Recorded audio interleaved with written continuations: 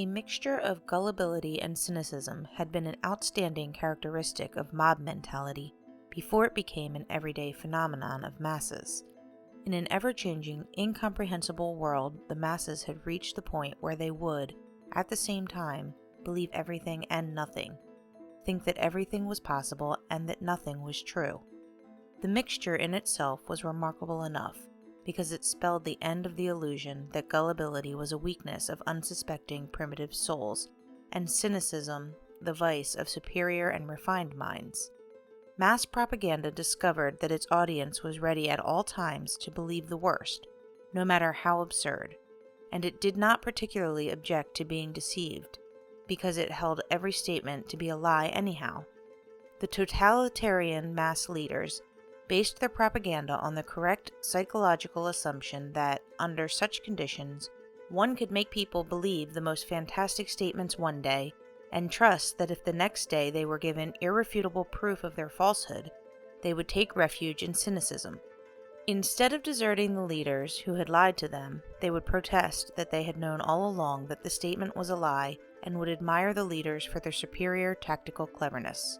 What had been a demonstrable reaction of mass audiences became an important hierarchical principle for mass organizations. A mixture of gullibility and cynicism is prevalent in all ranks of totalitarian movements, and the higher the rank, the more cynicism weighs down gullibility. The essential conviction shared by all ranks, from fellow traveler to leader, is that politics is a game of cheating, and that the first commandment of the movement, quote, "the leader is always right," end quote, is as necessary for the purposes of world politics, i.e., worldwide cheating, as the rules of military discipline are for the purposes of war. The machine that generates, organizes, and spreads the monstrous falsehoods of totalitarian movements depends again upon the position of the leader. To the propaganda assertion that all happenings are scientifically predictable according to the laws of nature or economics, totalitarian organization adds the position of one man who has monopolized this knowledge, and whose principal quality is that he, quote, "was always right and will always be right," end quote.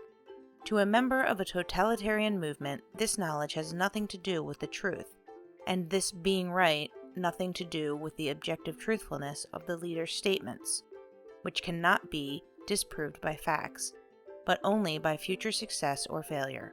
The leader is always right in his actions, and since these are planned for centuries to come, the ultimate test of what he does has been removed beyond the experience of his contemporaries.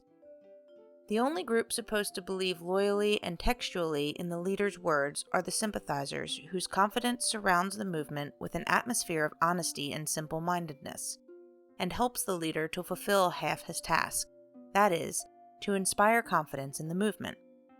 The party members never believe public statements, and are not supposed to, but are complemented by totalitarian propaganda on that superior intelligence which supposedly distinguishes them from the non-totalitarian outside world, which, in turn, they know only from the abnormal gullibility of sympathizers.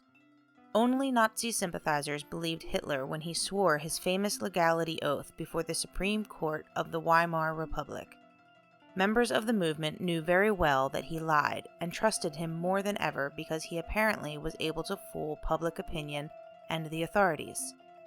When in later years Hitler repeated the performance for the whole world, when he swore to his good intentions and at the same time most openly prepared his crimes, the admiration of the Nazi membership naturally was boundless.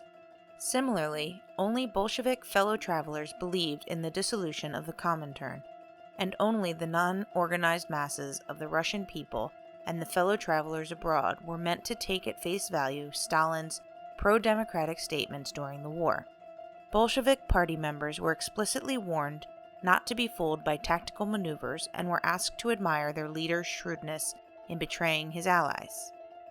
Without the organizational division of the movement into elite formations, membership, and sympathizers, the lies of the leader would not work. The graduation of cynicism expressed in a hierarchy of contempt is at least as necessary in the face of constant refutation as plain gullibility. The point is that the sympathizers in front organizations despise their fellow citizens' complete lack of initiation. The party members despise the fellow travelers' gullibility and lack of radicalism. The elite formations despise for similar reasons the party membership. And within the elite formations, a similar hierarchy of contempt accompanies every new foundation and development. The result of this system is that the gullibility of sympathizers makes lies credible to the outside world, while at the same time the graduated cynicism of membership and elite formations eliminates the danger that the leader will ever be forced by the weight of his own propaganda to make good his own statements and feigned respectability. It has been one of the chief handicaps of the outside world in dealing with totalitarian systems that it ignored this system and therefore trusted that, on one hand, the very enormity of totalitarian lies would be their undoing, and that, on the other, it would be possible to take the leader at his word and force him, regardless of his original intentions, to make it good. The totalitarian system, unfortunately, is foolproof against such normal consequences. Its ingeniousness rests precisely on the elimination of that reality which either unmasks the liar or forces him to live up to his pretense. While the membership does not believe statements made for public consumption, it believes all the more fervently the standard clichés of ideological explanation, the keys to past and future history which totalitarian movements took from 19th century ideologies and transformed through organization into a working reality.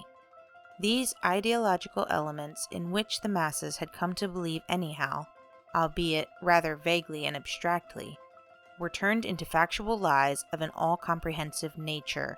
Parenthetically, the domination of the world by the Jews instead of a general theory about races, the conspiracy of Wall Street instead of a general theory about classes, and integrated into a general scheme of action in which only the, quote, dying, unquote, the dying classes of capitalist countries or the decadent nations are supposed to stand in the way of the movement. In contrast to the movement's tactical lies, which change literally from day to day, these ideological lies are supposed to be believed like sacred, untouchable truths. They are surrounded by a carefully elaborated system of, quote, scientific proofs, which do not have to be convincing for the completely, quote, uninitiated, but still appeal to some vulgarized thirst for knowledge by, quote, demonstrating the inferiority of the Jews or the misery of the people living under a capitalist system.